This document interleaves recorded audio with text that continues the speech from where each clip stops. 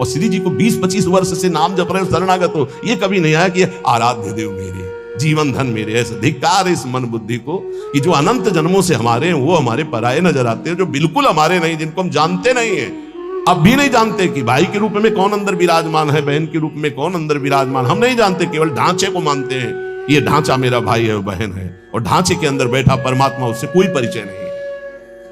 इसलिए स्वार्थ मत्वा कृतार्था आत्म सुख विवेकादयो अग्राह वाचा। अय विवेकी साधक, ये परिवार के जन विवेक युक्त नहीं बोलते हैं, इनके मोह मदिरा से उन्मत्त प्रायः भरे वचन होते हैं, इनके वचनों को नहीं सुनना चाहिए। अग्राह वाचा, इनकी वाणी को ग्राह्य नहीं है, अग्राह है। स्वीया सर्वे जिघान संत्य बहुमृषा स्नेह पास निबद्ध, ये झूठी झूठी बातें बोल करके केवल स्नेह पास में बंधा लेते हैं, और ऐसे बांध लेते हैं कि छूटना मुश्किल हो जाता है। महापुरुषों का आश्रय लेने से एक बात ध्यान रखना, एक अद्भुत उमगन जागृत होती, उस उमगन को तपस्या के द्वारा संभाला जाता है, नहीं गिरा देगी। अब ये कोई कैसे समझ पाएगा कि महापुरुषों की कृपा से जो आनंद की उमगन होती है, अगर उसको तप के द्वारा ना रोका गया तो गिरा देगी, पक्का गिरा देगी। ये बड़ी सूक्ष्म बात है, सबको समझ में नहीं आएगी कि महापुरुषों के संग की कृपा उसको गिरा कैसे देगी। भगवदानंद की जब अनुभूति हो तो उदासीनता बाहर इतनी हो जानी चाहिए कि तुम्हें देखना कोई पसंद न करे। ध्यान रखना, ये अनुभव की बात कह रहा हूं। जब आनंद की उमगन हो, भगवदानंद, तो एकदम उदासीन हो जाना, मन बहिर्मुख बिल्कुल ना होने पावे, किसी से अपनापन न होने पाए, तो वो भूमिका बदल देगा। महापुरुषों के संग से बिना साधन के भी आनंद की उमगन होती है। उस आनंद की उमगन को बिल्कुल वैराग्य और तप के द्वारा सहा जाता है, तब वो जाके महानता को प्राप्त हो, वो समझ नहीं पाए। तो यहां ये कह रहे हैं, उन्मत्त प्राय वाचा परिमुसितो धियो माया अनर्थ बीजम। ये जो कह रहे हैं इसको बात समझ लो, यही तुम्हारे जीवन का पतन कर देगी, चाहे गृहस्थी में चाहे विरक्ति में हो। इस बात को अच्छे से समझना। उन्मत्त प्राय वाचा परिमुसितो धिया माया अनर्थ बीजम। एक बार जब परिवार के जन सामने हो और तुम उनमें भगवत भाव प्रणाम करके अपनी भाषा बोलना वैराग्य की, फिर देखना तुमसे कौन प्यार करता है। तुम उनकी भाषा में मत आ जाना, अपनी भाषा में बोलना जो साधु की भाषा होती है, फिर तुम्हें असलियत में समझ में आएगा कि कौन प्यार करता है, कोई नहीं। जब तुम उनकी भाषा बोलते हो तब बात नहीं, अपनी भाषा में सदैव हो, भक्त अपनी भाषा में। ये जीवन अब ऐसा दांव नहीं हमें चूकना कि इस जन्म में मुझे भगवत प्राप्ति न हो। ये बहुत अंदर की बात समझ लेना। उन्मत्त प्रायवाचा परिमुसितो धियो माया अनर्थ बीजम, बिल्कुल 100%। अगर पारिवारिक मोह के जाल में फंस गया, चाहे गृहस्थ हो चाहे विरक्त हो, निकल नहीं सकता। ये इतना बड़ा जाल है।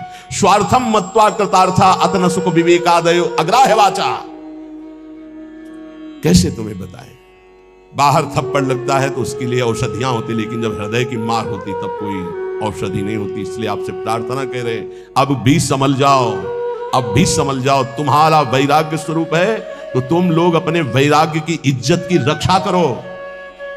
समझ में आना चाहिए कि वैराग्य का स्वरूप क्या होता है। परिवार वालों को, संसार को भी समझ में आना चाहिए। आपका अपने ठाकुर सेवा, अपनी भगवत सेवा, अपने दिनचर्या इतना महत्व हो कि सामने वाला 1 घंटे दरवाजे पे खड़ा रहे और सोचे कि क्या इनकी भागवतिक रति है। ऐसे संकेत में श्री जी आपको समझा रहे हैं। स्वार्थम मत्वा कृतार्था अथन सुख विवेकादयो अग्राह्य वाचा। ये विवेक रहित बोलने वाले संसार के अग्राह्य वाचा, ये नाशवान शरीरों का संबंध तुम्हें अविनाशी बना देगा, तुम्हारा साथ देगा। ये मरण धर्मा शरीर है। अविनाशी परमात्मा की शरण छोड़कर इनके इंद्रियों की गुलामी के लिए किसी व्यक्ति वस्तु का आश्रय धिक्कार है। हम कामी है, क्रोधी है, लोभी है, लेकिन श्री जी लालजू को छोड़ दें, ऐसा तो हो ही नहीं सकता। इतना तो रख लो, इतना तो रख लो।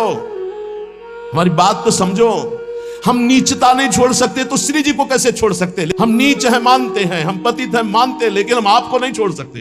हमारा स्वभाव नहीं छोड़ सकना, हम नीचता नहीं छोड़ सके, काम नहीं छोड़ सके, तो नाथ आपको कैसे छोड़ सकते हैं? अब आपके गले पड़ गए। अगर हम कामी हैं तो आपके हैं, पतित हैं तो आपके, आपको नहीं छोड़ सकते। इतना तो पकड़ लो यार, इतना तो पकड़ लो। हम संसार को पकड़े हुए हैं, माना नहीं छोड़ पा रहे, लेकिन हे संसार के स्वामी, हम आपको भी नहीं छोड़ पाएंगे।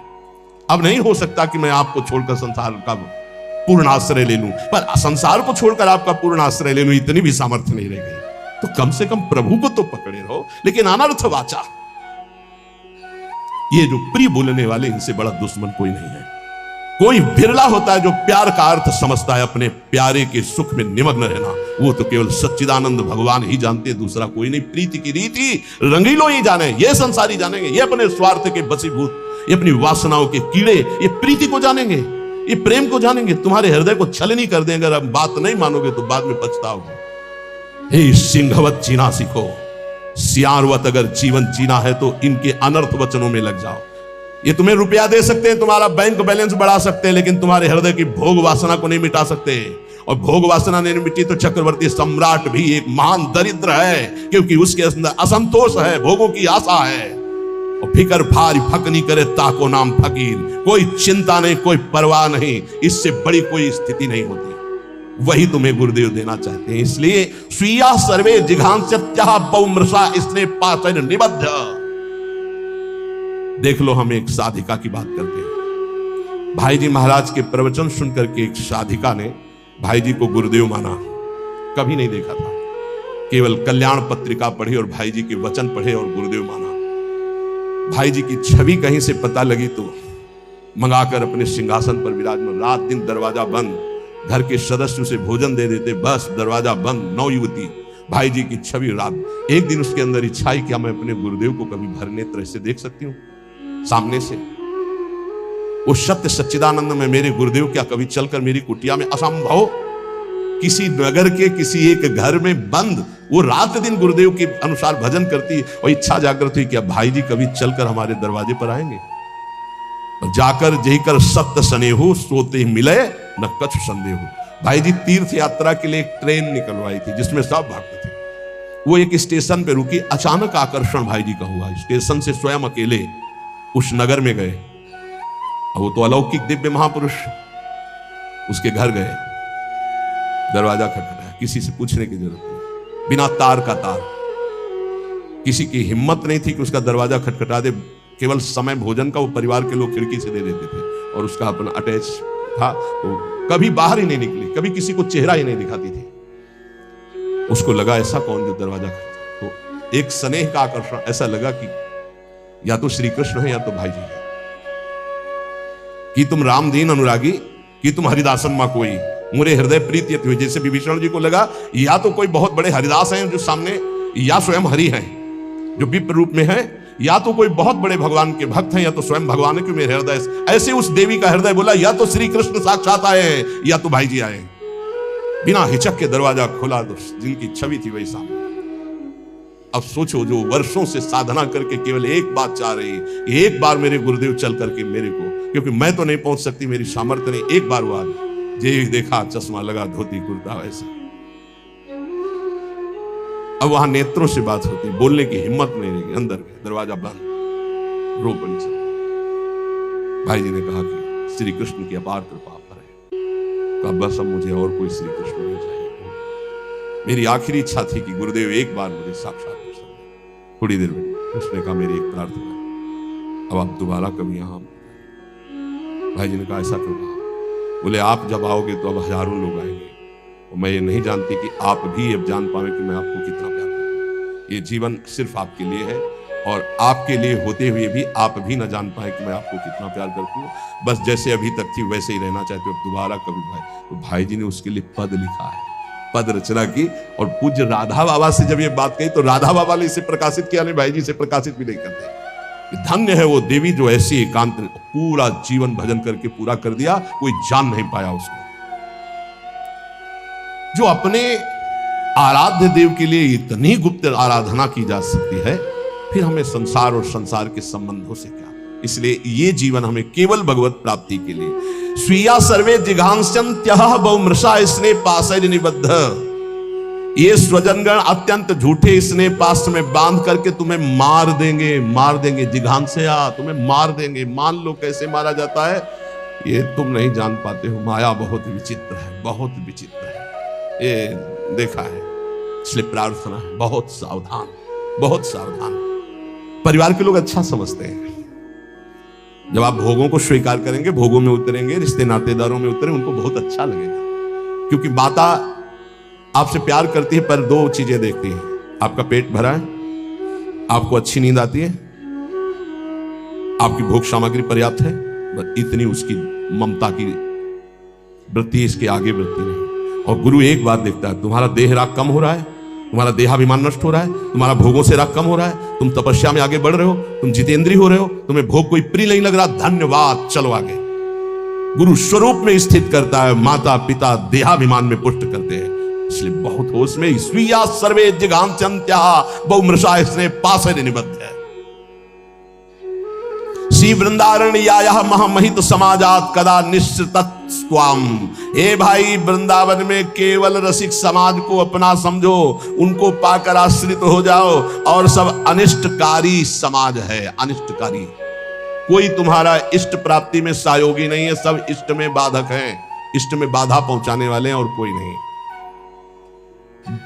एक बात अच्छे से समझ लो, अगर हमारी कहीं दुर्गति होती है तो देह और देह संबंधी भोग और देह संबंधी रिश्ते नाते यही दुर्गति का कारण बनते हैं। इसलिए हे उपासक, अपने ऊपर कृपा करो, अपनी दिनचर्या अपने इष्ट के बराबर किसी को मत मानो। इष्ट और इष्ट की दिनचर्या तुम्हारी इतनी प्रवीण, इतनी सुदृढ़ होनी चाहिए कि हम समय देंगे तुम्हें मिलने के लिए।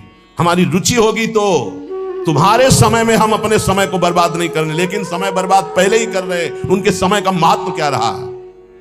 साधक चाहे गृहस्थ हो या विरक्त हो, उसकी दिनचर्या भगवान है और उस पर ध्यान दिया जाए, उस पर दृष्टि दी जाए। चाहे जितनी जैसी शरीर की परिस्थिति हो, यदि दिनचर्या को भगवान माना है तो वो भगवान अदीप सामर्थ्य देते हैं, वो दिनचर्या होती है। ये बात हमारी प्रार्थना, मान लो ये दिनचर्या तुम्हारी भगवान है, इसे मानो, इसे स्वीकार करो। पर नहीं, केवल मन की मनोरंजन वृत्ति पर प्रधानता रखने वाला कैसे उपासना में आगे बढ़ सकता है? इसलिए जो आप सुनते हैं उसका मनन करें। महापुरुषों के वचन अमृत हैं। बाबा, हमें बहुत क्लेश, अंदर जलन होती रहती है, ये कब मिटेगा? गृहस्थी के भी कार्य कर रहे हो तो, या साधना कर रहे हो तो, ये अंदर एक जलन होती रहती, ये कब मिटेगा? बहुत बड़े सिद्ध महापुरुष काशी के श्री हरिहर बाबा जी महाराज, ये कैसे मिटेगा? क्लेश बना रहता है, एक अशांति बनी रहती है। सब देखो, कल एक 85 वर्ष के संत भगवान आए, उन्होंने अपना परिचय बताया बहुत ऊंची जगह से सब, और कहा आपके प्रवचन सुनकर के आया हूं, ऋषिकेश से आए। कहा कि मैं प्रवचन सुन करके आया हूं, मेरी आखिरी जगह रह गई है, अगर आपने ना कर दिया तो मेरी जिंदगी अब खत्म होने जा रही है। बिल्कुल आखिरी परिणाम है, आप बहुत कृपा करके निर्णय देना, क्योंकि बस आखिरी है, आखिरी भरोसा लेके आया हूं। आंखों में आंसू, निपुंड लगा हुआ, वेश भगवा धारण की हुई, अवस्था 80 या 85 की। अभी एक बार कि आखिरी तो बहुत होश में, तो क्या समस्या क्या है आपको? तो पूरा जीवन हो गया, तक निश्चय ही नहीं कर पाए हम कि हमको क्या प्राप्त करना है, कैसे प्राप्त करना है। ये बहुत बड़ा धोखा, अभी तक चित्त ही का समाधान नहीं हुआ, अभी तक साधन ही नहीं बन पाया, साधन ही का निर्णय नहीं हो पाया, तो साध्य की प्राप्ति कैसे हो पाई? ये तो बहुत बोले, बस यही तो रोना, पूरा जीवन खत्म हो गया। अब बताओ कैसे वस्तु की? आप तो एक ही बात रह गई, नाम नाम, निरंतर नाम जप कर। बोले यही तो समस्या है, तुमको बस यही समस्या का समाधान है।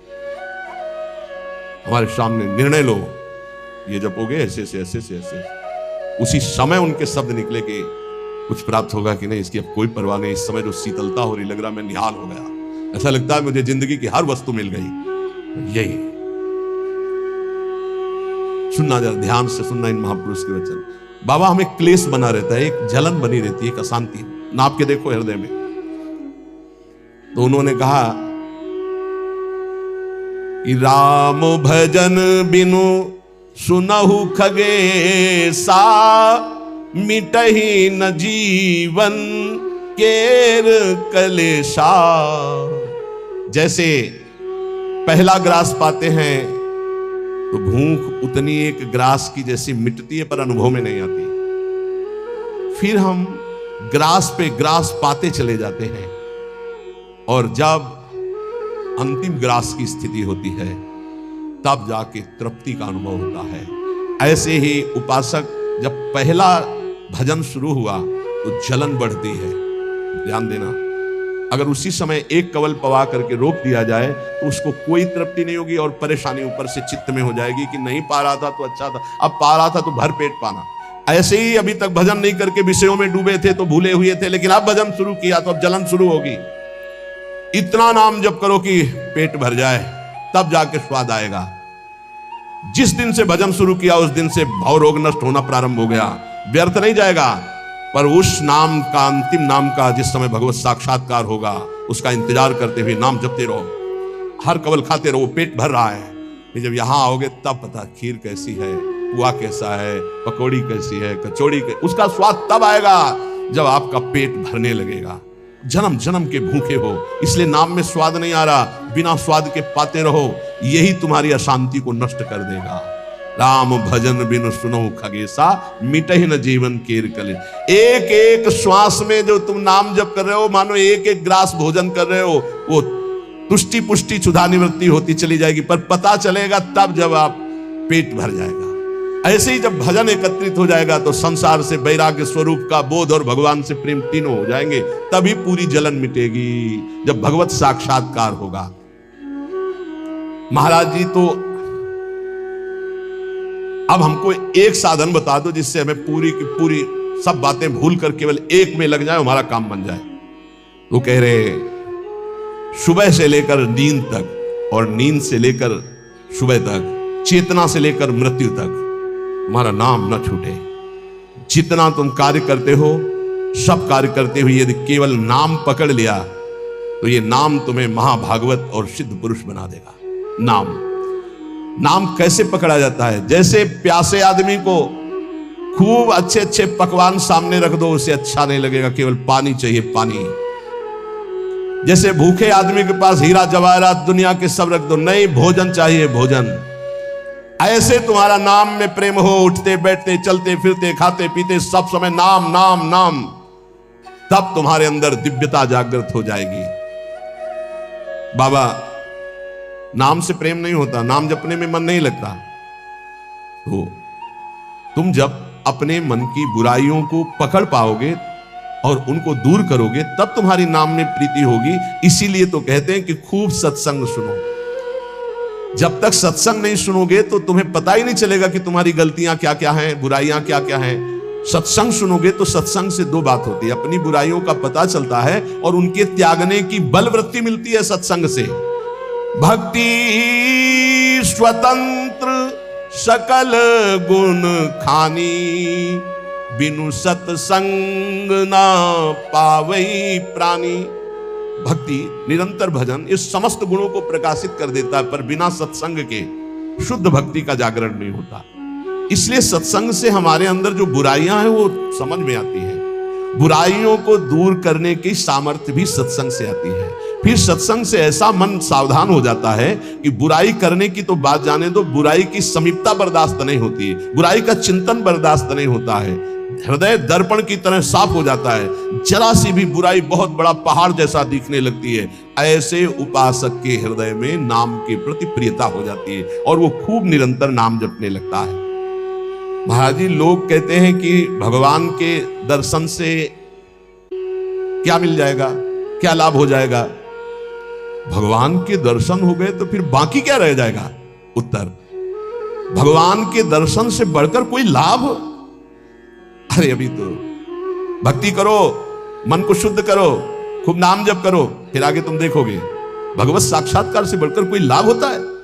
अरे जिसके जानने के बाद कुछ जानना बाकी नहीं रहता, जिसे पाने के बाद कुछ पाना बाकी नहीं रहता, वो भगवान है। उनका साक्षात्कार होने के बाद जो दिव्यता, जो दिव्य आनंद रहता है, उससे कुछ बाकी रहता है।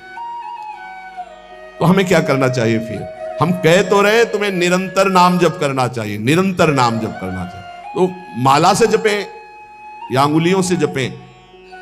भाई, नए साधक को गिनती से नाम जप करने में ज्यादा रुचि होती है, इसलिए गिनती पर दृष्टि नए साधक को संख्या पर रखनी चाहिए। ये बहुत अच्छी बात कह रहे हैं। नए साधक को संख्या पर दृष्टि रखनी चाहिए। आज 11 माला किया, फिर और बढ़ाया, फिर और बढ़ाया, फिर और आगे चल करके फिर ऐसा मन हो जाता है कि फिर वो निरंतर जब पकड़ता है तो माला भी अच्छा नहीं लगता। कौन गिनती करे, कौन सुमेरु आई तो पलटे, उधर ध्यान दे या अंदर ध्यान दे, फिर वो स्थिति आती है। बाबा, नाम जपने में जैसे मन भागता है तो क्या करना चाहिए? तो नाम को बार बार लिखे या नामी की मूर्ति सामने बना रख ले, छवि सामने रख ले, उस छवि को बार बार देखता रहे। मनो राधा वल्लभ लाल जी की छवि रख ली, बार बार देख रहे हैं, नाम जप कर रहे, फिर अंदर राधा वल्लभ की छवि देख रहे हैं, फिर नाम जप कर रहे, फिर बाहर देख रहे। मन भागे तो छवि में लगाओ, नाम में लगाओ। बाबा अच्छा बताइए, नाम में प्रीति कैसे हो? शरीर पवित्र रखो, वस्त्र पवित्र रखो, भोजन पवित्र रखो, संग पवित्र रखो, तो विचार पवित्र होंगे। विचार पवित्र होगा तो फिर ये समझ में आ जाएगा कि नाम के बराबर कोई साधना नहीं है। नाम जपने के बराबर कोई साधना नहीं। जो नाम जप करता है उसके लौकिक और पारलौकिक सारी कामनाएं पूर्ण हो जाती हैं और उसको मोक्ष पदवी मिल जाती है। यदि मोक्ष नहीं चाहता तो उसे प्रेम प्राप्त हो जाता है। देखो, जैसे सूर्य नारायण उदय होते ही अंधकार नष्ट हो जाता है, ऐसे नाम का प्रकाश होते ही अज्ञान अंधकार नष्ट हो जाता है।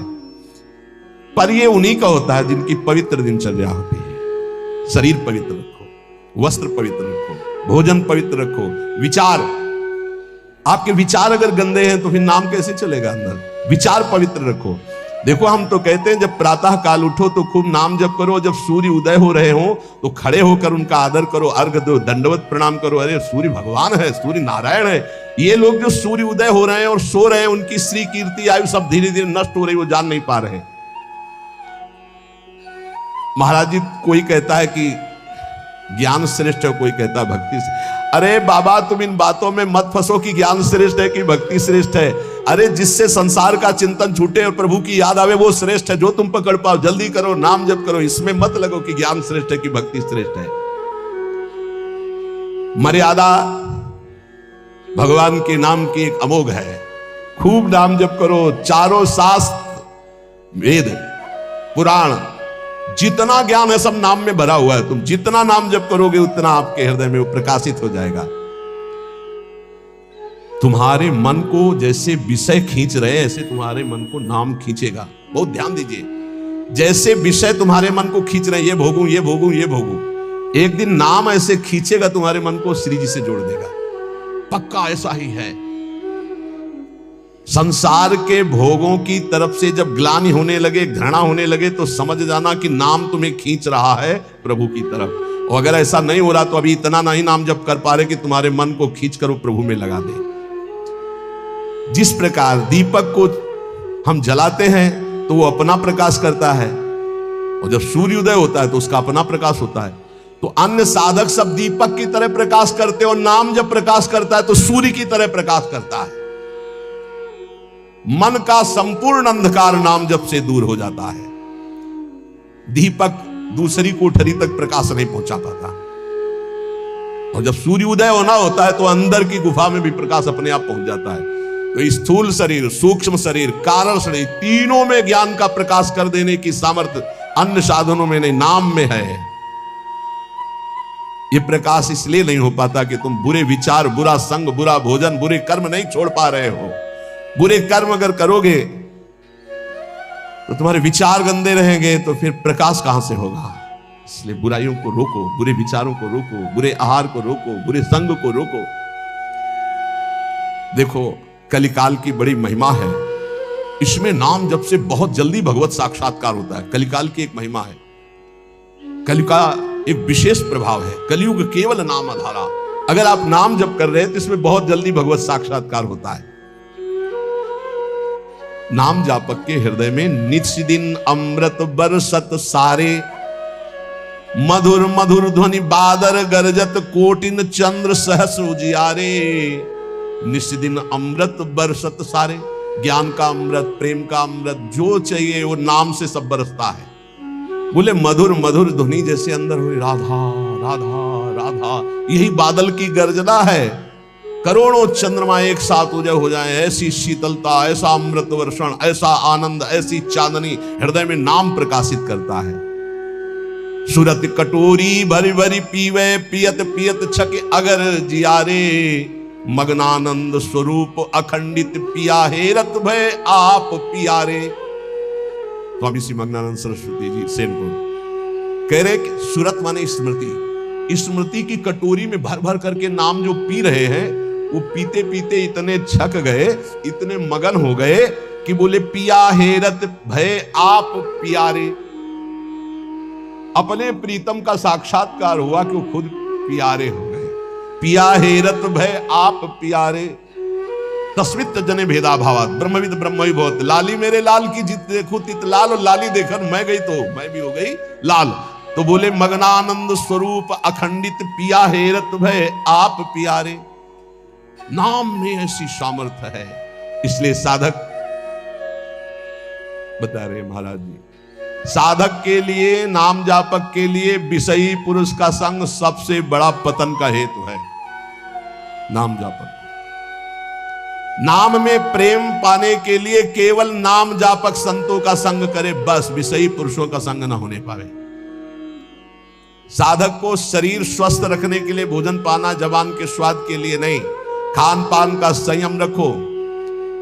भजन अपना कभी प्रकाशित ना होने पावे कि मैं इतना जप करता हूं, गुप्त रखो भजन को। अपने को भजनानंदी बनाओ, लेकिन भजनानंदी प्रकाशित मत करो। भजन से कभी तृप्त मत हो कि हमारी आज की दिनचर्या की 11 माला हो गई, अब तो छुट्टी, मन फंसा देगा। नहीं, 11 माला तो गुरुजी ने कहा, हर समय कहा कि राधा वल्लभ श्री हरिवंश राधा राधा, खाली तो रहना ही नहीं। गुरुदेव से कभी भी सांसारिक वार्ता ना करो। खोटी बातें करने से गुरु की नजर से वो गिर जाता है। जब देखो तब प्रपंच की बात, जब देखो तो उसको देखते ही नहीं, कभी प्रिया प्रीतम की बात ही नहीं करता। समस्या ही समस्या, संसार ही संसार। जो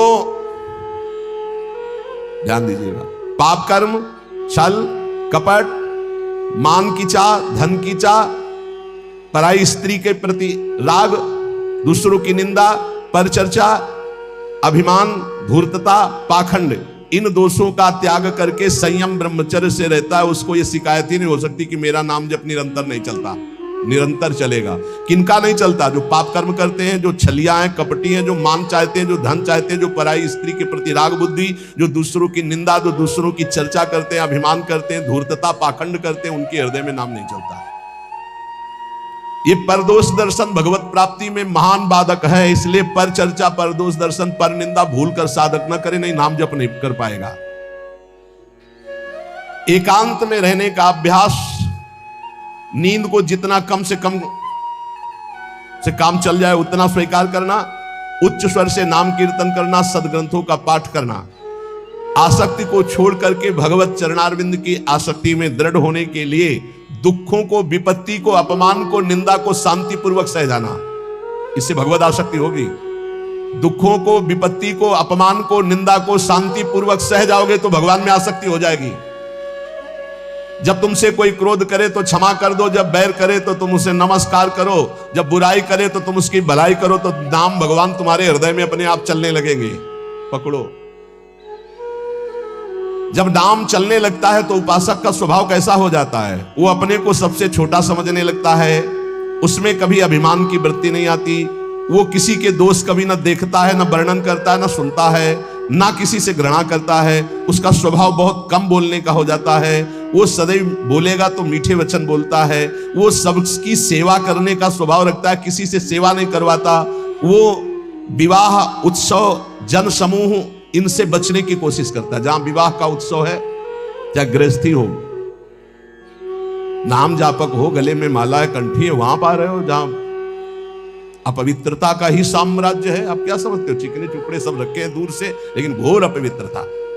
बहुत संभल के जबान को। कोई भारी उत्सव है सांसारिक जन समूह वाला नहीं, पूर्ण भगवत पवित्र जीवन। जो नाम को इन दो से बढ़कर समझता है, उसका नाम कभी नहीं छूटता। काम भोग से और धन से, दो से बढ़ करके जो नाम को आदर देता है, उसका नाम कभी नहीं छूटता। नाम कहां छूटता है? काम वासना और धन वासना में जिसकी वृत्ति है, वो नाम निरंतर नहीं चला सकता। नाम जपने के बीच में खाई है निरंतर, उधर नाम जप होने लगेगा। दो खाइयां पार कर लो, काम भोग की और धन के चाह की, तो उधर नाम जप निरंतर होने लगेगा। नाम अविनाशी है, जीव अविनाशी है, पर बीच में धाराएं हैं विनाशी। कंचन कामिनी कीर्ति, इनको पार कर लो, निरंतर नाम जप करो। इनके पार करने के लिए तीन बातें चाहिए। कंचन कामिनी कीर्ति को पार करने के लिए सदगुरु की सेवा, मैं शरीर नहीं हूं ऐसा चिंतन, और हर कर्म शास्त्र सम्मत, तो कंचन कामिनी कीर्ति तीनों से पार हो जाओगे। सदगुरु की सेवा, मैं शरीर नहीं हूं ऐसा आत्मचिंतन, और जितने कर्म है वो सब शास्त्र के अनुकूल, तो माया से पार हो गए। 3 खाइयां। जब नाम जब शुरू होगा तो ये विघ्न आएंगे, इनसे बच जाना। लोक में मान प्रतिष्ठा यश और उसका भोग भोगना। लोक में मान प्रतिष्ठा यश है, उसका भोग नहीं भोग रहे हो, कुछ नहीं बिगाड़ पाएंगे। अगर भोग भोग रहे, भोग भोग लेगा, छाती ठंडी होना। नाम हो रहा है, प्रणाम हो रहा है, नमस्कार, हृदय शीतल हो रहा है, तो आप चैन से अभी शीतल कर ले, आगे चल के बहुत आग गिरेगी। मान प्रतिष्ठा का भोग करने वाला निरंतर नाम जप नहीं कर सकता, उसे भ्रष्ट होना पड़ेगा। धन लाभ के लिए विचारवान रहना। नाम जप करते हुए भोगों में सुख बुद्धि होना, ये भोग मिल जाए, ये भोग मिल जाए। नाम जप करते हुए जो मैं इच्छा करूं वहीं मिल जाए, वो मिल जाता है। ये कभी निरंतर नाम जप होने नहीं देंगे, सफल नहीं होने देंगे। फिर एक लोक में मान प्रतिष्ठा होना, उसका भोग। धन लाभ के लिए विचारवान रहना, चिंतन करना कैसे धन मिले, जो मैं चाहूं वो मिल जाए, वो मिल गया। ये तुम्हारे भजन को छीन कर देंगे, भजन नहीं होने देंगे। इसलिए उपासक सावधान होकर जो सुने उसे मन में गुने, आचरण में उतारे। केवल तुम हो, तुम परमार्थ में, और सब तुम्हारे विरोधी हैं, मान लो। पूज्यपाद शिवड़िया बाबा, ऐ साधक तू अकेला है, पूरा विश्व तेरे खिलाफ है। कैसे? आप ही तो हमारे जीवन हो। अब गया मन, हुआ ना चिंतन, तो ले गया ना तुम्हारा चिंतन। ये कोई गाली दे के, कोई मान करके, कोई भगवान बना करके, कोई धूर्त कह के किसी भी तरह से तुम्हारे चित्त को खींचने न पावे। पूरा संसार तुम्हारे चिंतन को खींचने वाला है, तुम केवल अकेले अपने चिंतन को बचा के प्रभु में लगा दो। बस यही सूरवीरता है, यही पूरे संसार पर विजय प्राप्त करना है। और इसी के लिए ये चर्चा रोज हो। इनसे बचो, ये करो, ऐसे सावधान रहो। ये सत्संग केवल भगवत प्राप्ति के लिए। इसलिए हाथ जोड़कर प्रार्थना है, आप अपनी कृपा अपने ऊपर करके ये जो सुन रहे हो इसको आचरण में उतार लो। खूब नाम जप करो। मान लो अभी कोई तुम्हारा नहीं, अभी आपकी नवीन अवस्था है, अभी वैराग्य पूर्वक रहो, खूब भजन करो। आगे चल करके तुम्हें जीवन में बहुत बढ़िया सुख मिलने वाला है।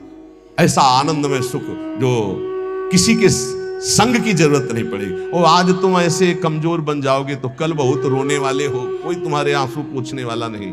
यहाँ जो आंसू पोंछने के लिए आता है ना, वो ऐसा और एक दर्द पैदा करता है कि और चिल्ला के रो, कोई आंसू पोंछने वाला नहीं। संसार में अगर तुम्हारे कोई आंसू पोंछे तो बचना, वो पोंछेगा कम, ऐसी व्यवस्था और कर देगा कि तुम अभी तो धीरे से रो रहे, फिर और रोगे। ये संसार है। अगर आंसू पोंछने के लिए आए तो केवल प्रियालाल आवे तो विश्वास करना, अन्यथा तब तक अपने आंसुओं को पोंछने मत देना किसी को। हमारी बात समझ लेना। कोई बहुत प्यार दुलार दिखा रहा है, बहुत बचो है, उसकी दृष्टि में कुछ तुम्हारे पास जिसके लिए वो तुम्हारे आंसू पोंछ रहा है। तुम्हारे आंसू नहीं पोंछ रहा है, वो अपनी कोई ना कोई वासना, कोई ना कोई इच्छा, कोई ना कुछ देख रहा है तुम में, इसीलिए। और जिस दिन तुम केवल प्रियालाल का इंतजार, जिसने बांधा है वही छोड़ेगा, जिसने रुलाया है वही आके पुचकारेगा। हमको इंतजार उनका करना है, तब तक रोना बंद नहीं करना है। बिन रोए किन पाइया प्रेम प्यारा मीत, एकांत में बैठ के रो, लाख समझाते हैं। अपने लिए दुनिया रो रही, बड़े बड़े मोटे आंसू गिरते हैं तो लालच लगता है, ये आंसू तो श्री जी के लिए। श्री जी की चर्चा में कभी नहीं रोना। कितने को ऐसे देखा है, श्री जी की बात पर श्री जी के लिए कभी नहीं रोना, और अपनी जरा सी बात पर तो इतने बढ़िया आंसू गिरते हैं, मोटे मोटे आंसू। अपनी प्रतिकूलता, अपनी अनुकूलता के लिए रोना आता है। ए भाई, ये संसारिक लक्षण है। भक्त के कभी आंसू भगवान के सिवा कहीं और गिर नहीं सकते, ये पहचान है। काट डालो तो भी आंसू नहीं आएंगे, उसके आंसू सिर्फ बिके हैं भगवान के लिए। अगर उसके आंसू ढलकेंगे, निकलेंगे तो केवल प्रियालाल के लिए। तो ऐसे बनो, प्रियालाल के लिए रो। संसार में कोई आपका नहीं है। ये हमारी बातें आपको लगेंगी कि हमारे तो बहुत है प्यार करने वाले, धिक्कार है भी तुम्हारी बुद्धि तुम्हें धोखा दे रही। जिस समय पवित्र बुद्धि होगी उस समय देखोगे एक हरि के सिवा कोई प्यार करने वाला नहीं। इसलिए हमारी प्रार्थना मान लो, ये 4 दिन की चांदनी है जो सभा लगी है, ये स्टेशन है। अपनी अपनी गाड़ी आई, छूट जाएगी, निकल जाओगे। तुम भी टिकट लेके बस ऐसे बैठे रहो कि मुझे बातचीत करते हुए समय व्यतीत करना है। किसकी बातचीत? प्रिया प्रीतम की। जाना हमें श्री जी के पास है। पता नहीं आप लोग ठान क्यों नहीं रहे कि मुझे जाना है श्री जी के पास। तैयारी है प्रिया प्रीतम के पास जाने की? तैयारी कर लो, हम कह रहे हैं तैयारी कर लो, एकदम गाड़ी आएगी एकदम। और ये इतनी रफ्तार की गाड़ी है कि सेकंड भर इंतजार नहीं होता कि दस्तखत कर दो। इसमें छूट नहीं है कि दस्तखत कर दो, लड़कवा दौड़ के आ जा ले दस्तखत करवा, ऐसे नहीं है। गाड़ी आई तो बस निकलो। वही पहले से चयन कर लो, पहले से पता लगा लो, पहले से तैयारी कर लो कि तुम टिकट कहां के लिए हो। कहीं की टिकट है नहीं है, तो फिर जो टिकट मिलती है वो नरक की फ्री मिलती है, तत्काल वाली। पहले से ये बुक कराई जाती है, निकुंज जाना है कि बैकुंठ जाना है, पहले से बुक होती है। और यहां सब निश्चिंत हैं, तो जो टिकट उस गाड़ी में मिलती है एकदम, तो एकदम वाली वो मिलती है, हम आपको बता रहे, नरक वाली मिलती है फ्री, तत्काल। वो तो तुम गाड़ी में भी बैठ जाओगे तो मिल जाएगी, फ्री मिल जाएगी। अगर कहीं पावर लगा के मिलती तो बैकुंठ की, कैलाश की, साकेत की, गोलोक की, इनकी पावर। और अगर कृपा से मिलती तो वृंदावन धाम की मिलती। तो टिकट है आपके पास वृंदावन धाम की? ए भाई है? हाँ, अब बताओ आपकी टिकट में क्या लिखा है?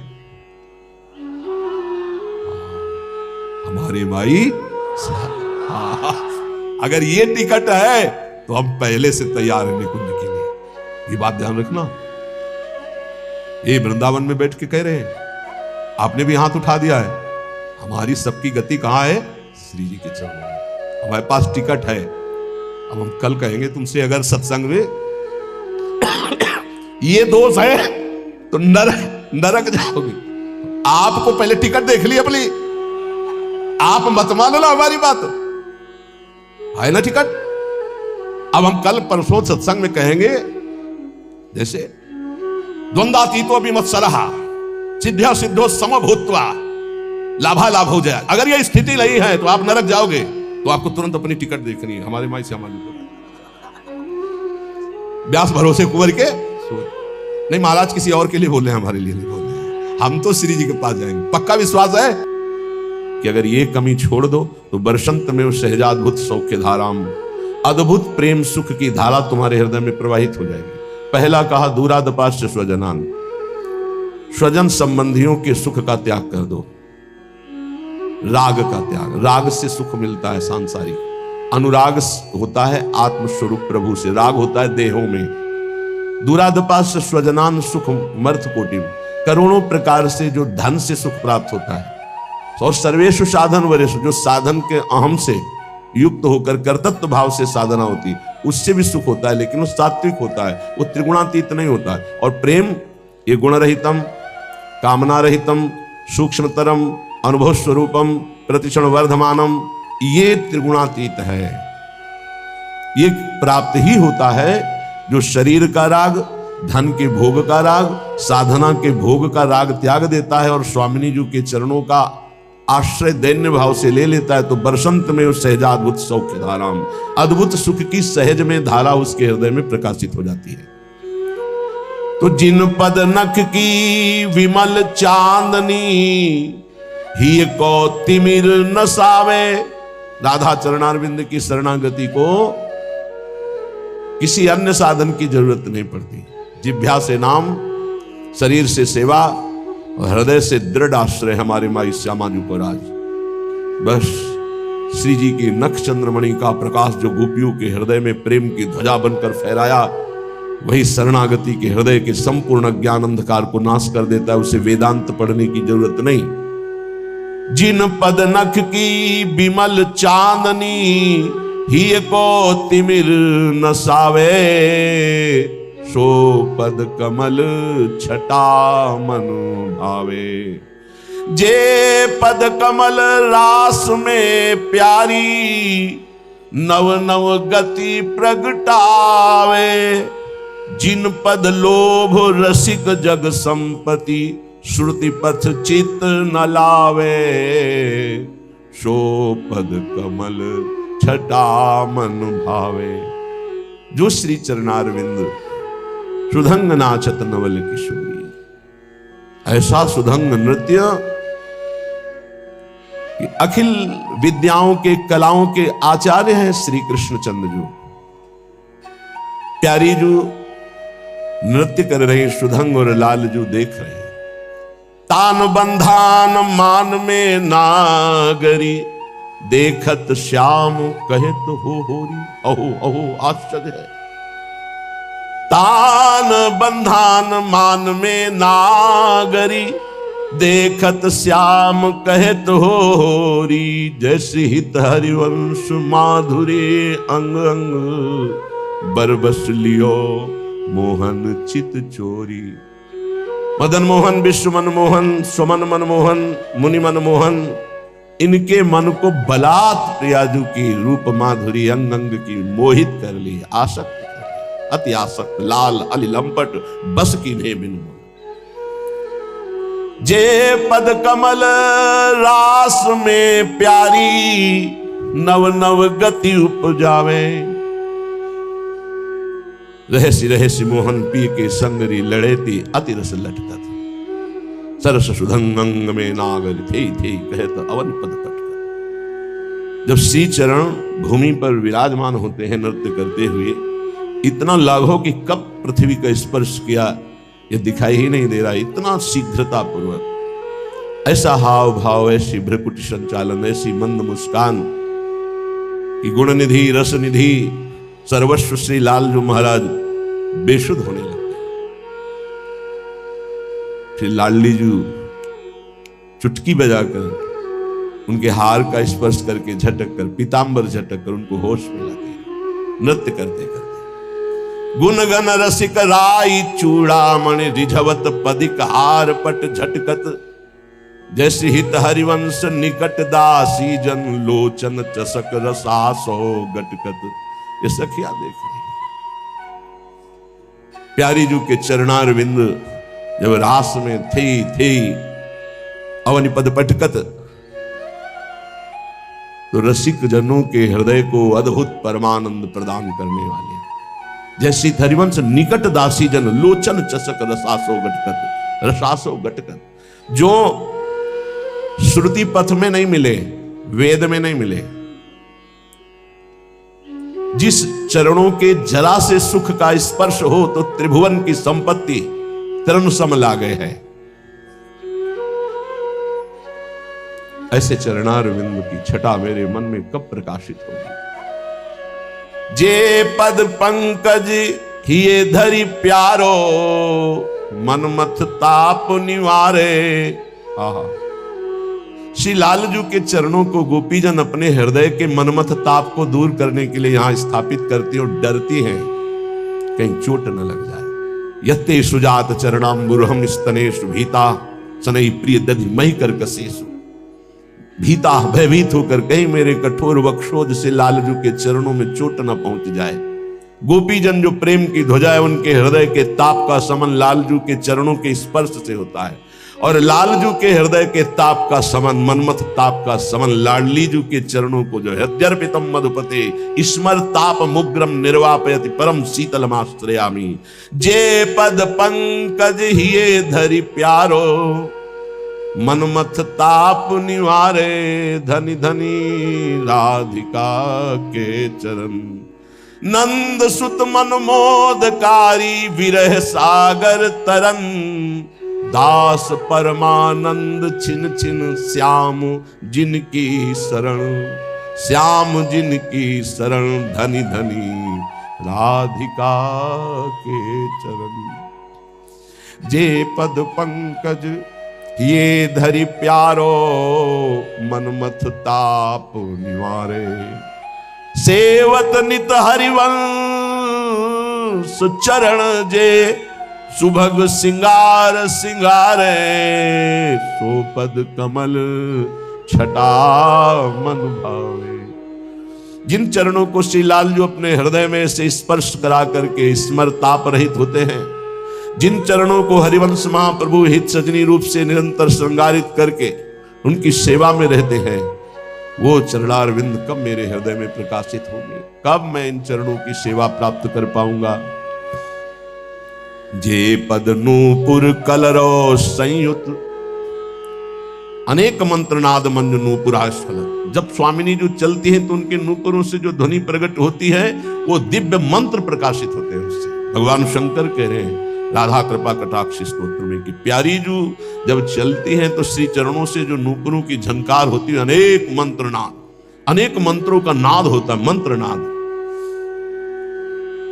अहो भाग्य हमें ऐसी प्यारी जो के उन्हीं चरणों का आश्रय मिला है जिनकी हम महिमाएं गान कर रहे हैं। नूपुरों का कलरव संयुक्त अनेक मंत्रों का नाद होता है प्यारी जी, और ऐसा स्वर होता है कि प्यारे जो अपनी बंसी को बलिहार करते हैं नूपुरों पर। ये जीवन धन नित मेरे, जे पद नूपुर कलरौ संयुत, ये जीवन धन नित मेरे, भोरी जो छिन एक दिखावो, बारों प्राण घनेरे। यदि एक बार ये चरणार बिंद हे कृपा में लाडली मेरे हृदय में एक बार प्रकाशित कर दो तो करोड़ों प्राण न्यौछावर है। जो चरणार बिंद इतनी महिमा जिनकी गा रहे हैं, वो जीवन धन मेरे हैं, मेरे हैं, मेरी प्यारी जी, मेरे धन है, मेरे प्राण है, इन्हीं का हम आश्रय लिए हैं। और जो इनका आश्रय लिए हुए करोड़ों प्रकार की सिद्धियां उनके चरणों में लुटती हैं। श्री राधा किंकरीणाम लुठती चरणों रद्भुता सिद्ध कोटि। जो श्री किशोरी जी के इन गोरे चरणारविंद की करोड़ों सिद्धियां उनके चरणों में लुटती रहती हैं, और वो ध्यान उधर नहीं देते हैं, वो दासता पर ध्यान देते हैं। शो पद कमल छटा मन भावे। हर समय उपासक को अपने ठिकाने पे रहना चाहिए। हमारा ठिकाना गोरे चरणारविंद है। अब हमारे अंदर लौकिक दैन्यता नहीं होनी चाहिए। लौकिक दैन्यता वस्तु व्यक्ति स्थान के अभाव को कहते हैं। हमारे अंदर भागवतिक दैन्यता, भागवतिक दैन्यता समस्त सद्गुण होने पर भी अपने में दैन्य भाव होना, लेकिन लौकिक दैन्यता नहीं होनी चाहिए। वस्तु व्यक्ति स्थान या किसी सुख के अभाव में जो दैन्यता होती वो इन गोरे चरणारविंद की ठसक वालों को नहीं होती। रति रति पति कोटि सुंदरम, तत्प्रमुषित कोटि रमा रमा पतिश्री। एक जगह अगर राधा महिमा जानना है तो रसिकों की शरणागति लो, फिर जान पाओगे राधा तत्व क्या। एक जगह राधा ही राधा, राधा ही राधा। राज दरबार में राजा की रुआब तो देख सकते हो, लेकिन राजा का प्रेम स्वरूप देखना है तो महल में प्रवेश करो, फिर देखो वही राजा जिसकी भ्रकुटी विलास सृष्टि लय हुई वो किसी की भ्रकुटियों के अधीन चलता है। ये रहस्य प्रियालाल का रसिक जन जानते हैं, सहचरी जन जानती है। इसलिए भगवत रसिक, रसिक की बातें रसिक बिना को समझ सके ना। देखो एक जगह रति रति पति कोटि सुंदरम, तत्प्रमुषित कोटि रमा रमा पतिश्री, कनक मरकताभिमूर्ति वृंदा विपिन विहार, महोद्वयम भजामि। करोड़ करोड़ कामदेव रति जिनको देखकर मूर्छित हो जाए, ऐसी जुगल जोरी हमारी इंद्रनील मणि श्याम मनोहर सात कुंभ तन गोरी। देखी सखी राधा पिय केली। गलबैया दिए जब जुगल सरकार बेहरण करते हैं, करोड़ करोड़ कामरति मूर्छित हो जाए, ऐसा सौंदर्य हमारे युगल सरकार का है। मंद मुस्कुरा दे लालजू महाराज तो काम मूर्छित हो जाए, फिर प्रिया जो मुस्कुरा दे तो लालजू बेसुध हो जाए। कैसे कोई वर्णन करे इनकी महिमा का। कहा कहो एक जीव सखीरी, बात की बात की बात। कोटि कोटि रसना जो रोम रोम प्रति होए, प्यारी जू के रूप को न प्रमाण कह जाते। रति रति पतिम कोटि सुंदरम, करोड़ करोड़ महासुंदर रति और कामदेव जिन जुगल सरकार की गलवैया दी हुई वन विहार करते हुए शोभा को देखकर मूर्छित हो जाएं। कोटि रमा रमा पतिश्री, करोड़ों लक्ष्मी नारायण जिनकी शोभा को देख करके आश्चर्यचकित हो जाते हैं। शिव श्रीपति यद्यपि ललचाही, मन प्रवेश तिन्हों को नाही। निगमागम की कौन चलावे, महाविष्णु की मन नहीं आवे। या रस को तवही अधिकारी, कृपा करें जब राधा प्यारी। कृपा लाडली तवही करें जब श्री हरिवंश जो कर सिर धरे, तब यह रहस्य प्रकाशित होता है। बोले ऐसे सात कुंभ तनु गोरी, कनक मरकताभ मूर्ति, एक मरकतमणि इंद्रनील मणि श्याम और एक तपाई हुई स्वर्ण की कांति वाली प्रियाजू, वृंदा विपिन विहार महोद्वयम भजामी, जो वृंदावन में भेरण कर रहे जुगल जोरी, इनका मैं भजन करता हूं, इनका मैं दास हूं, मैं इनके लिए बिका हृदय हूं। ये अनन्यता। तद अखिल भगवत स्वरूप रूपामृत रसतोप्यति माधुरी धुरीणम, कुवलय कमनीय धाम राधा पद रस पूर्ण बने भ्रमत भजाम। अब तो मेरा जीवन ही इतना रह गया है।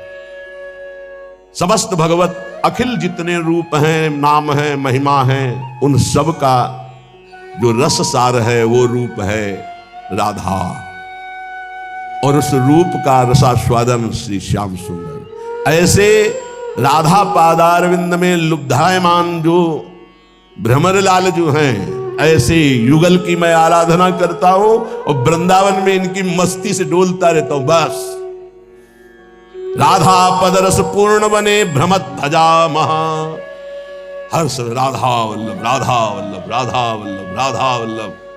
वृंदावन में घूम रहे हैं। बोले आप तो वृंदावन वासी हो, हम तो बहुत दूर रहते, आप भी घूम सकते हो। मन वृंदावन का चिंतन करते हुए राधा राधा उच्चारण कर रहा है, तन संसार की सेवा में लगा है। चिंता मत करो, भगवत भाव वाले महापुरुषों को जो प्राप्ति होती वही आपको भी प्राप्ति होगी। बड़े कृपालु है युगल सरकार। लेकिन विषम विष्क्रमीणाम बोधमात्रात्म भाजांस समय सभय सर्वैषैक भगवत आश्रितानाम ना निज रुचिकरम वर्तमोत्सृजन्तम स्थिता स्मो वय ममल सुखौगस्यन्ति वृंदावनाशा। ये जो विषय रूपी विष के कीड़ा बने हुए हैं, इनको ये बात समझ में नहीं आएगी कि प्रिया प्रीतम के चिंतन में डूबा हुआ हृदय कैसे महासुख को प्राप्त होता है, ये उनकी समझ में। विषय विष्क्रमीणाम, मेरी बात उनकी समझ में नहीं आएगी। जो विषयों के कीड़ा बने हुए हैं, उनको तो बस कोई संत महात्मा भगवान ऐसी कृपा कर दे कि उनको मनमानी भोग भोगने को मिले। बस जैसे नाली के कीड़ा को अमृत के कुंड में डालो तो तड़पड़ा कर नाली में ही गिरने की कोशिश करे, क्योंकि वो जानता है मेरे सुख से मुझे वंचित किया जाता है। सुकरी से कहा प्रहलाद जी ने, बैकुंठ चलो, भगवान बुला रहे। बोले वहां विष्ठा मिलेगा कि नहीं? बोले बैकुंठ में विष्ठा कहां? बोले मुझे नहीं जाना। हमारी हालत ठीक ऐसी सुकरी की तरह है। क्यों? बोले विषय विष्क्रमीणाम, क्योंकि विषयों के कीड़ा बने हुए, इनको यही चाहिए, तो मेरी बात का प्रभाव इनके ऊपर नहीं पड़ेगा। और दूसरा बोधमात्रात्म भाजांश, जो शुष्क कठोर हृदय के ज्ञानी हैं, उनके ऊपर मेरी बात का प्रभाव नहीं पड़ेगा। दो के ऊपर नहीं पड़ेगा। एक जो विषय विष के कीड़ा बने हुए हैं और एक जो मोक्ष सुख के अभिलाषी कठोर हृदय जो ब्रह्म ज्ञान की स्थिति में, वो मेरी बात को नहीं समझेगा। समय सभय सर्वैषैक भक्त्याश्रितानाम, मेरी बात किनकी समझ में आएगी? बोले एक तीसरा है, उसकी भी समझ में नहीं आएगी। कौन तीसरा? वृद्धावस्था हो गई जीवन के भोग भोगते हुए, अब वो सोचता है कि मेरा कल्याण हो जाए, कोई उपाय ऐसा बता दे। तो बोले मेरी बात समझ में नहीं आएगी कि सब आश्रयों को छोड़कर, सब चिंतनों को छोड़कर श्यामा श्याम के चिंतन में मगन हो जा। वो असमर्थ नहीं कर सकता। तीन मेरी बात को नहीं समझता। एक तो घोर विषयी जो विषय का कीड़ा बना हुआ है, एक जो मोक्षाभिलाषी अद्वैत निष्ठा को प्राप्त ब्रह्मज्ञानी है, तीसरा जो जीवन भर विषय भोगा है, बुढ़ापे में सोच रहा है मेरा कल्याण कैसे होगा। तो अब ये बात हमारी जो प्रिया प्रीतम के प्रेम की, उसकी समझ में नहीं आए, क्योंकि जीवन भर मन और इंद्रियों ने अभ्यास भोगों का किया है, तो बुढ़ापा में भोग चिंतन ही होगा, योग चिंतन नहीं होगा। अचानक किसी महापुरुष की कृपा हो जाए तो बात अलग है। बोले अब हम बात करते हैं कि हमारी बात किसको समझ में आएगी। बोले भक्त्याश्रितानाम, जिसने भक्ति का आश्रय ले लिया है, हृदय भक्ति युक्त होकर भगवत आश्रित है, उसको ये बताया हुआ मेरा मार्ग रुचिकर लगेगा। रुचिकर लगेगा क्या? वै ममल सुखौघम, जितना भी है सब पाप प्रकट करने वाला ही है, इंद्रियों का भोग। जो भक्त है, भक्ति का आश्रय लिए, वो जानता है कि इंद्रियों की विलासता केवल पाप करवाती है। ये सुख नहीं है, सुख के भ्रम में अपराध बनता है। तो शनि वृंदावन आशा, सुख की आशा कहां है? बोले वृंदावन की आशा जिनके हृदय में जागृत हो गई। वृंदावन दर्शन करना, वृंदावन 1-2 दिन वास करना, या वृंदावन आजीवन वास करना। क्यों? क्योंकि यहां का वायुमंडल ऐसा है जो आपको भक्ति के रंग में रंग देगा। एक ब्रजवासी परम पूज्य जन पधारे तो से प्रार्थना की कि आप तो श्री जी के निज पार्षद भगवत स्वरूप हैं। उन्होंने कहा कि आप कहते हैं श्री जी के स्वरूप है, तो मुझे अनुभव क्यों नहीं हो रहा कि मैं श्री जी का पार्षद, श्री जी का स्वरूप हूं? क्यों नहीं अनुभव हो रहा? धाम में रहता हूं, ब्रजवासी हूं, निज परिकर आप कह रहे हो, मैं मान गया, मैं निज परिकर हूं, ये भी मान रहा हूं, लेकिन मेरे को क्यों अनुभव नहीं हो रहा? तो जेब में तुम्हारे हीरा रखा है, जौहरी कह रहा करोड़ों का है, तो मान लो, मान लो तो जान जाओगे। जान के मानना बड़ा कठिन है, मान के जानना सरल है। आप हो भगवत स्वरूप, लेकिन आप अपनी बात को स्वीकार नहीं कर रहे हो, आप जानना नहीं चाह रहे हो, इसलिए आप नहीं जान पा रहे हो। बाहर से आया हुआ जानना चाहता है तो वो जान जाता है, घर में रहता हुआ जानना नहीं चाहता, इसलिए वो नहीं जान पा रहा है। अगर वो जानना चाहे तो बहुत जल्दी जान जाए कि उसका जन्म ही भगवत स्वरूप हुआ है। इस रज में जो उद्धव शनकादि शिवादि रज चाहते, माँ के गर्भ से सीधे इस रज में आया, अहो भाग्य। निज वो भगवत पार्षद है, पूर्व में उसका बहुत बड़ा भजन बन गया है। अब वो अपने स्वरूप को भूल करके फिर व्यवहार में फंस गया, इसलिए अपने स्वरूप को नहीं जान पा रहे। जानना चाहे तो बहुत जल्दी जान लो, ना जानना चाहे तो पूरा जीवन निकल जाएगा, वो जान नहीं पाएगा। जैसे भगवान श्री द्वारिकाधीश इतने बड़े परिवार में साथ रहते हैं, कोई बिरला जान पाया कि सच्चिदानंद है, नहीं भगवान को भगवान नहीं जान पाया, भगवान को भगवान के रूप में नहीं जान पाए। सब यदुवंशी नहीं जानते थे कि ये कौन हमारे बीच में विराजमान है, कोई जानता था, बिरला उनमें से कोई जानता था कि साक्षात परब्रह्म परमात्मा द्वारिकाधीश श्री कृष्ण के रूप में विराजमान है। नहीं तो नहीं जान पा रहे थे, संबंध होने पर भी वो नहीं जान पा रहे थे। श्रीपाद कह रहे हैं, ये जो आपको भगवत प्राप्ति में रुचि नहीं उत्पन्न हो पा रही, भजन में अधिक लगन नहीं हो पा रही है, उसका कारण है तुम्हारी देह प्रियता और तुम्हारे देह संबंधियों की प्रियता। बड़ा सुख मिलता है हृदय को जब देखना हृदय में ये कौन है, ये अमुक है, ये अमुक है, रिश्ते नाते, ऐसा जब देखते हो तो कैसा लगता है। और जब प्रियाजू की बात होती तो कैसा लगता है। क्या प्रियाजू किसी रिश्तेदार जैसा सुख, किसी नातेदार जैसा सुख प्रियाजू से मिलता है क्या? और जबकि सच्चा रिश्ता नाता केवल प्रियाजू से। प्रियालाल पराये लगते हैं और ये मौसी मौसा फूफा फूफी जो माया में उड़ जाने वाले हैं, ये संबंध ऐसे घने लगते हैं। असली रिश्ता इतना छोटा, इतना कमजोर, और नकली रिश्ता इतना जोर का कि असली रिश्ता फीका पड़ जाए। यही तो बात होती है, यही तो परीक्षा होती है तुम्हारी कि तुम्हारा प्रिय कौन है, गुरुदेव हो, इष्टदेव हो या संबंधी। बस राधे श्याम, आप इस समय तो नहीं मिल सकता है, हमारे वाणी पाठ का समय यदि आपको मिलना है तो आप हम समय देंगे, फिर आप आइए। कौन सा ऐसा दृढ़ संबंध जो हमारे प्रिया प्रीतम से भी श्रेष्ठ हो। प्रवचन खूब सुन रहे हैं, परिवर्तन बिल्कुल 100 में 1% नहीं है। रिश्ते नाते का संबंध, देह का संबंध ही नहीं। उन्मत्तवाचः प्रायः परिमुषित धियो मायया अनर्थ बीजम। नहीं समझ पा रहे। ये संबंधी, मित्र, रिश्ते नाते जो शब्द है उसको उन्मत्त कहते हैं पागलों के वचन। पागलों के वचन नहीं सुनने चाहिए। कैसे पागल? मोह मदिरा का पान किए हुए लोग हैं। मोह मदिरा ये केवल धाम है वृंदावन, इसलिए कोई जान पाया कि हम जिंदा हैं कि नहीं, पीछे कोई जान नहीं पाया कि जीवित है कि नहीं है, मृत्युलोक में हैं भी कि नहीं है, कभी नहीं। उन्मत्त प्रायः वाचः परिमुषितो धियो माया अनर्थ बीजम। हम इष्ट के संबंध के लिए अनंत जन्मों से भ्रमित होकर भटकते रहे। अब इस जन्म में नहीं, दबाव, रिश्ते का दबाव, परिवार का दबाव, संबंध का दबाव, तो भगवत संबंध कहां रहा? भगवत संबंध कहां रहा? यही श्री जी देख रहे हैं। आगे चलकर जो दुर्दशा होगी उसे नहीं समझ पाओगे, वो हमें दिखाई दे रही, तुम्हें नहीं। बिल्कुल संभल जाओ, अब भी संभल जाओ। बार बार कहते हैं, उन्मत्त प्रायवाचः परिमुषितो धियो माया अनर्थ बीजम। ये अनर्थ का बीज बोने वाले परिवार के जन होते हैं, अनर्थ का बीज। ये उन्मत्त मोह मदिरा का पान करके बात करने वाले होते हैं। इनकी बातों में ममता मोह की गंध है, जो तुम्हारे हृदय की भागवतिक संबंध की सुगंध को छीण करना चाहते हैं, कोई भी हो। स्वार्थम मत्वा कृतार्था अथन सुख विवेकादयो अग्राह्य वाचा। ये अविवेकी हैं, स्वार्थ भरे लोग हैं, इनकी बात को कभी नहीं सुनना चाहिए, क्योंकि विवेक रहित हैं। अग्राह्य, इनकी बात को न सुनना चाहिए न मानना चाहिए।